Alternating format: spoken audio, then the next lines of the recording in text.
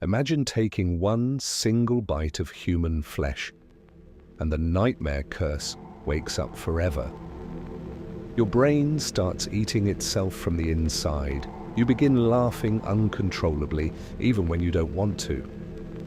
The laughter gets louder and louder, while your body shakes and trembles like a broken puppet. You die, smiling, fully conscious as your brain completely melts away.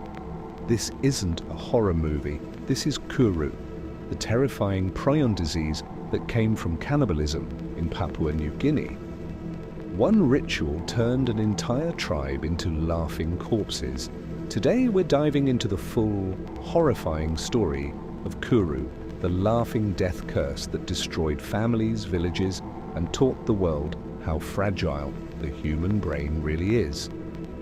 Kuru is caused by prions, misfolded proteins that act like zombies inside your brain. Unlike normal viruses or bacteria, prions are almost indestructible. They survive cooking, freezing, even formaldehyde. When they enter the body, they force healthy brain proteins to fold the wrong way, creating more prions in a chain reaction. The Fore tribe in Papua New Guinea practiced ritual cannibalism for generations. They ate their dead relatives as a sign of love and respect, especially the brains. Women and children got the highest dose because they prepared and ate the brain tissue.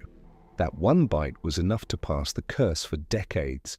The first stage is the most deceptive. It starts with a tiny, uncontrollable smile. At first, people think the person is just happy. Then the smile becomes permanent. The laughter begins. Soft at first, then louder. The victim can't stop it. They laugh during conversations, during meals, even during funerals. The Fore people called it the laughing sickness. Families watched their loved ones smile and laugh while knowing something was horribly wrong. The shaking starts next, tremors in the hands and legs that get worse every day. But the mind stays completely sharp. The person knows exactly what is happening to them. Stage 2 turns the body into a nightmare. The laughter becomes violent and constant. Your legs give out. You stumble and fall while still laughing. Your arms jerk uncontrollably. You can't eat properly because your jaw shakes. Drool runs down your chin. The tribe had special names for the different types of trembling. The bird dance or the puppet walk. People had to be carried around the village like broken dolls. Children watched their mothers laugh themselves to death. The psychological torture was unimaginable, laughing while your body falls apart and your mind stays clear. In stage 3, the victim loses all control. They crawl on the ground, still laughing. Their eyes roll back. They can't speak anymore. The laughter turns into weak, gasping sounds. The Fore people built special huts to care for the victims because they couldn't be left alone. Entire families were wiped out. Grandmothers, mothers, sisters, and children all laughing in the same hut. The disease spread so fast that some villages lost almost all their women and children. Scientists later discovered the prions could hide in the body for up to 50 years before symptoms appeared. The final stage is the cruelest. The body is almost completely paralyzed, but the weak laughter continues. The victim lies motionless in a corner, still smiling. Heart failure or pneumonia finishes the job. Most people died within 9 to 12 months. They remained mentally sharp until the very last breath. They knew they were dying, they knew their family was watching, and they couldn't stop smiling. It was the ultimate horror.